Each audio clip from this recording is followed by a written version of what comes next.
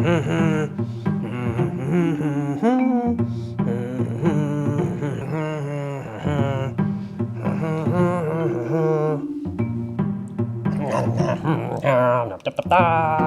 that's what the boss wanted. Look at that. He's gonna love it. Yep.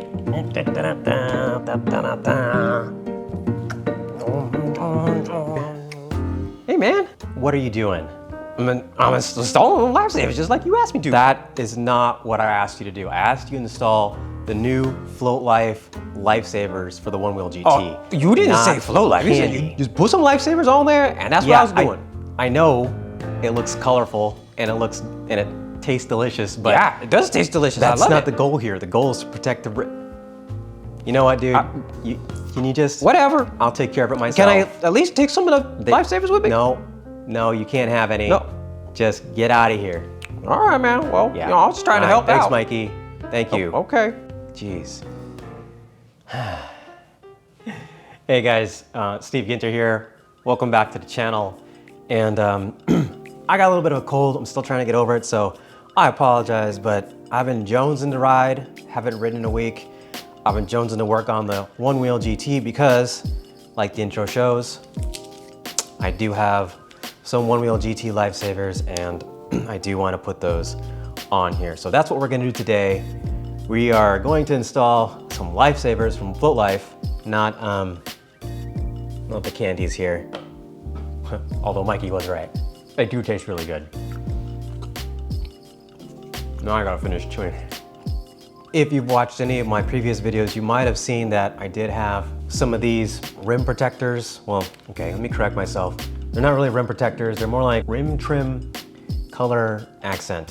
And while I made them stay on there really well, the part that stuck to the rim was holding pretty good. The part that stuck to this red piece didn't hold. And like I said before, these are made for cars, so I expect them to hold, but maybe the heat that we have here in Phoenix just is too much for it. Regardless, they started coming off, so those are out, and these are going in. So, you wanna see me struggle, trying to put on some Float Life lifesavers, then stay tuned, because we're about to get started. I didn't even think about this, but I gotta take off the whole freaking wheel, don't I? All right, here we go. First thing we gotta do is take off the fender. I'm not gonna lie, I did not think this through. I did not think this through very well at all. I didn't get my tools ready. Okay, so well, I was gonna try to just record this whole process, but I know you guys don't wanna sit here and watch me actually do everything step by step.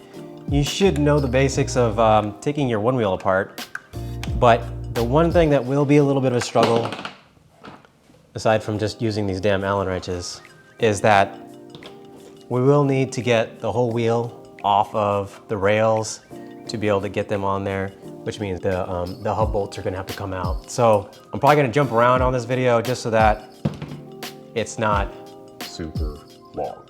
But yeah, first things first, remove your fender. Actually, you know what? Remove the lifesavers. We don't need no lifesavers on here. Some of these are still kind of clean. No, that one was still dirty. Ooh, nice and dirty in there. That'd be on my pant leg. I'm not sure if you have to remove the mag handle, but just so that it's out of our way, we're gonna get it out of here, right? Okay, mag handle. All right, so by the way, these hub bolts, all the tools that you usually have, you don't get it. If you bought like the fender or anything else, these aren't gonna fit the hub bolts. They are much bigger. They're not torque, I forget what they're called. I'll put it down below. They are kind of like a star pattern, but you know what I did is I just bought the Badger kit for the Onewheel GT, and it comes with the bit and this little tool so that, yeah, if you do need to take that off, you now have it to use.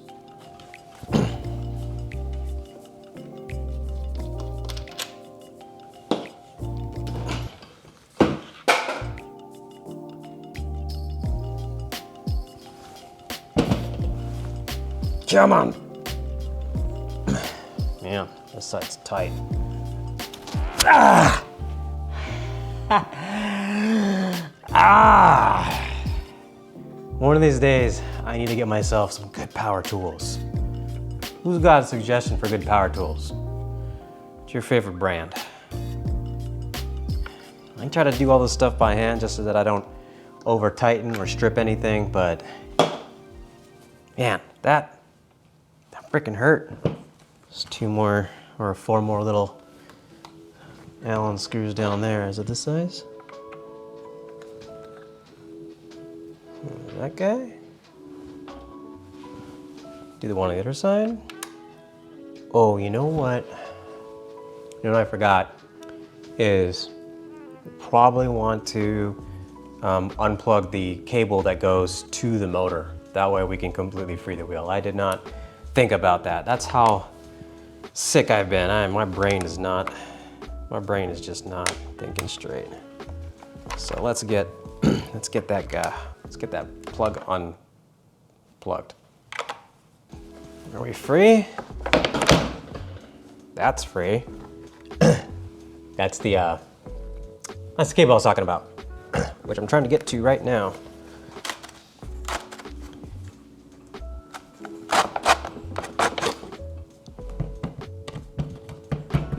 Get you out of here. It's about time for another gummy. By the way, if you don't have yourself one of these rubber mats for your workbench area, they are great for catching dirt, screws that fall and like to just bounce and roll on the ground somewhere. I found this one on Amazon for really cheap. It's just about the right size for the Onewheel. So, and it's rubber, so it bends. You can wash it, you can rinse it. It doesn't get brittle and crack. Some of the ones I've seen before, they get brittle and they crack, and they're cheap. This one's cheap, but yeah, I like it. I think it's great. If you're looking for a work thingy for your setup, check the link in the description.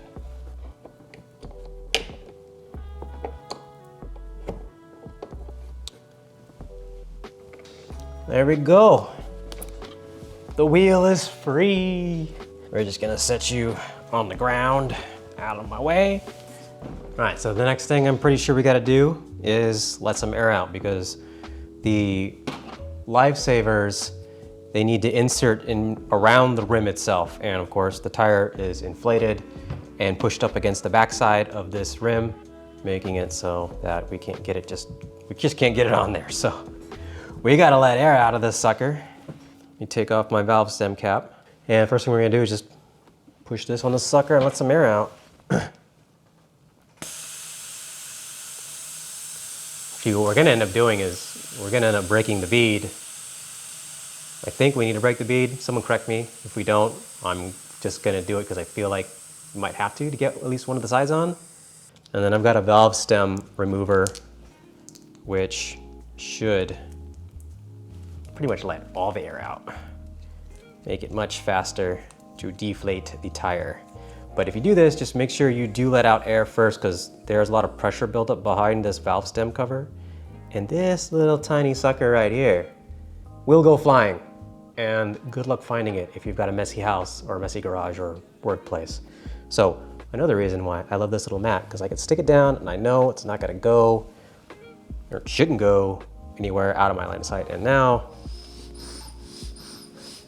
we can definitely get the air out. What I like to do to try to pop my bead, break my bead, whatever you want to call it. Some people buy the tool that pushes down on the tire. Some people use the 2x4 trick where you lay down a piece of 2x4 on here and like just stomp on it. I'm gonna try using these. I've used these little quick grips, vice grips, whatever these are called, to basically squeeze the tire for me and try to pop it off. So that's what we're gonna do. Come on, baby. There we go. Look at that. It looks like they've got a blue, you can see it in there, a blue tire sealant inside. I'm not sure what kind of brand that is. But yeah, if you need, like, what I'll do is I'll just keep putting more of these on. I've got 3 of them. And as you can see, it gets easier and easier the more you get on there. But that is how I break the bead. Now, let's get these suckers on. So there is a logo on one side and then just a mold thing on the other side. So I'll put the logo out because I support the Float Life. I love those guys. Those guys are awesome and put out some amazing products such as these rim guards, which, yes, they are more work to put on, but they should definitely stay on. These are some tools for putting tires on and off rims. I'm gonna see if I can utilize these to help me get this Float Lifesaver on. So bear with me as I struggle a little bit to get it stretched on. I definitely had problems on my XR when I tried to do it because, I don't know, I just don't have the technique yet, as they say. The more you do it, the easier it's supposed to become. I'm told the trick is to just stretch it over the rim first and then peel it back onto it. So that's what I'm doing. I'm trying to do at least. Yeah. All right, one side done. Yes, all right, finally. We can move on to the other side. Come on, almost there. Ah. There we go. A little assist from these guys has made it much easier. I think we're ready to put the air back in. What do you think? Put this light back on the table that fell off earlier. Handy dandy portable battery. My car pump. We've got power. Stick this sucker back on here. Here comes the noise. There's one. 46 PSI, still no pop. That's a pretty hard tire. Let's try 50. Woo! All right, what do we get to? 48 maybe? I don't know. This thing's not very reliable, but we got the second pop, which means the tire, the bead is set. Now to let out some air because there's no way I'm riding on a tire with that much air in it. 9.5. Okay, we'll leave it there. That is a little bit low, but you're riding on trails like me, you hate this tire. All right, let's get this sucker back on the rails.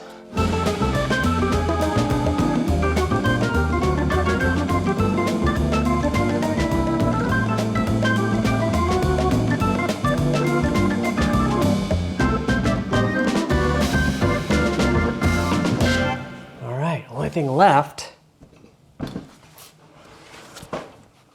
is the top piece. But instead of putting my fender back on, I bought these that you might have seen on the table. These are 3D printed wedges from 3D Way. And my buddy had these and I was like, dude, where'd you get those? Because those look like they might work for what I want, which is kind of like flight fins, but not really. I just wanted something to keep the dirt off, but also just something to kind of catch the back foot on, to nudge the board up the curb every once in a while. So it looks like it just goes there, but I need the fender delete on there first, so I can go grab that. Bam, fender delete.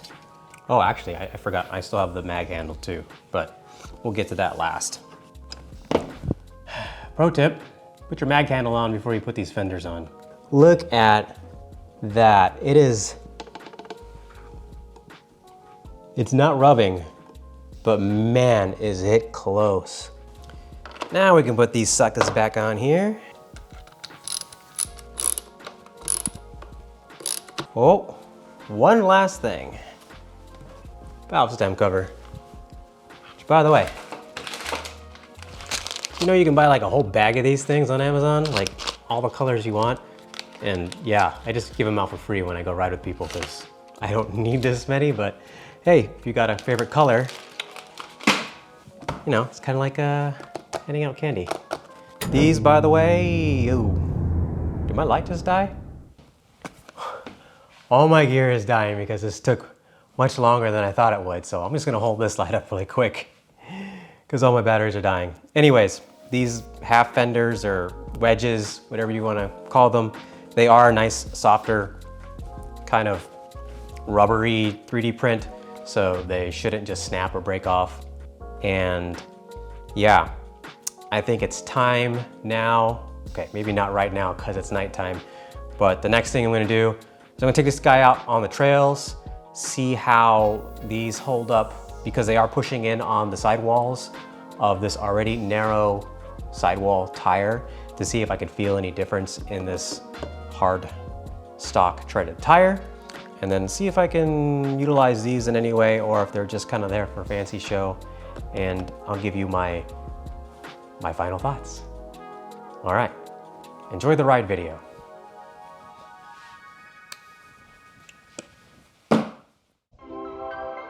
$114 today?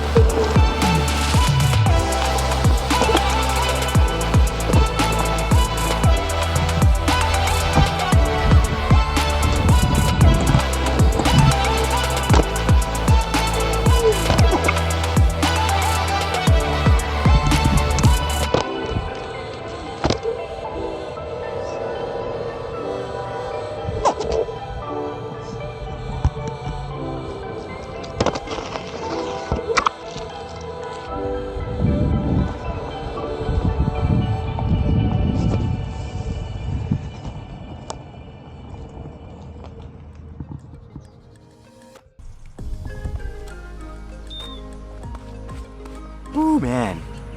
It's already pretty dang hot out here, so I'm gonna sweat a little, but I really wanted to get out and see if these lifesavers from Float Life, A, protected the rim, which they mostly did. I had a couple mess ups, but also how they may or may not have made the ride feel, because they do kind of pinch in on your tire just a little bit, and I don't know, maybe it's just me, but I couldn't tell the difference at all. And well, it also could be that really hard tire, maybe that's why. But regardless, it didn't really change the ride feel for me. And like I mentioned before, the mag handle here, it's fine. It just barely has enough clearance, which hey, it works. So you can still use the mag handle. And yeah, I wanted to try these Wedge Pros from 3D Way and see how they felt. I like them because they don't stick out too far. I know a lot of you guys love the flight fins, and I think they are great. Maybe I'll get those eventually, but as you saw, my stances are usually a little wider, and so I don't fully take advantage of them. But in the cases where I do need to get that extra little nudge to get the board up the curb, as you saw, they come in clutch. So hey, they get my vote. I dig them. Yeah, hopefully you enjoyed the video. Hopefully you found it useful. Hopefully you liked the riding part. I know I'm not the greatest rider out there, but I try to make it entertaining. And if you did, do me a solid, hit that thumbs up button. And if you want to see more one wheel content like this, hit the subscribe button, because I am trying to make more videos. It's really hot, but I am trying to make them for you guys. And yeah, that's Ginter for now. Hopefully I see you guys in the next video. It is time to get back into the air conditioning. Ooh, it's hot, hot, hot.